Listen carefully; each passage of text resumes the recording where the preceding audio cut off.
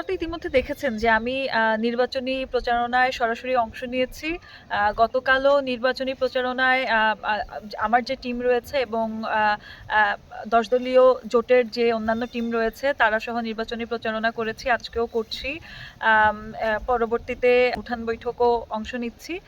তো দেখা যায় যে ১০ দলীয় জোটের যে প্রার্থী আব্দুল হান্নান মাসুদ, তিনি আসলে যতটুকু করার সেটা গত ১.৫ বছরে করে ফেলেছে। নির্বাচনের আর মাত্র ২০ দিন।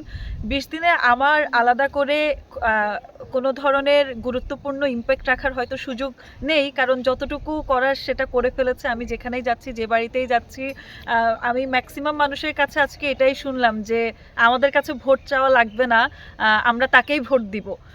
তো এটা আসলে ওনার জন্য বিরাট পাওয়া। উনি মানুষের জন্য যেটা ১.৫ বছর ধরে চেষ্টা করেছেন, মানুষের উন্নয়নের জন্য, মানুষের যাতায়াত ব্যবস্থা, শিক্ষা ব্যবস্থা, চিকিৎসা ব্যবস্থা, নদী ভাঙ্গন রোধ, এইসব যে তিনি মানুষের কল্যাণে কাজ করেছেন, মানুষজন সেটা বুঝতে পেরেছে, মানুষজন সেটা ধারণ করে এবং তারা আশা করি নির্বাচনের দিন সেভাবেই যাকে তারা যোগ্য মনে করবে তাকে তারা ভোট দিবে।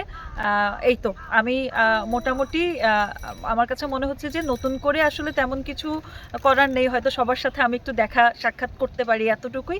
কিন্তু যেটুকু হওয়ার, যেটুকু করার, সেটা ১০ দলীয় জোটের প্রার্থী এবং তার যে সঙ্গীরা শুরু থেকে তার সাথে ছিল তারা অলরেডি সেটা করে ফেলেছে।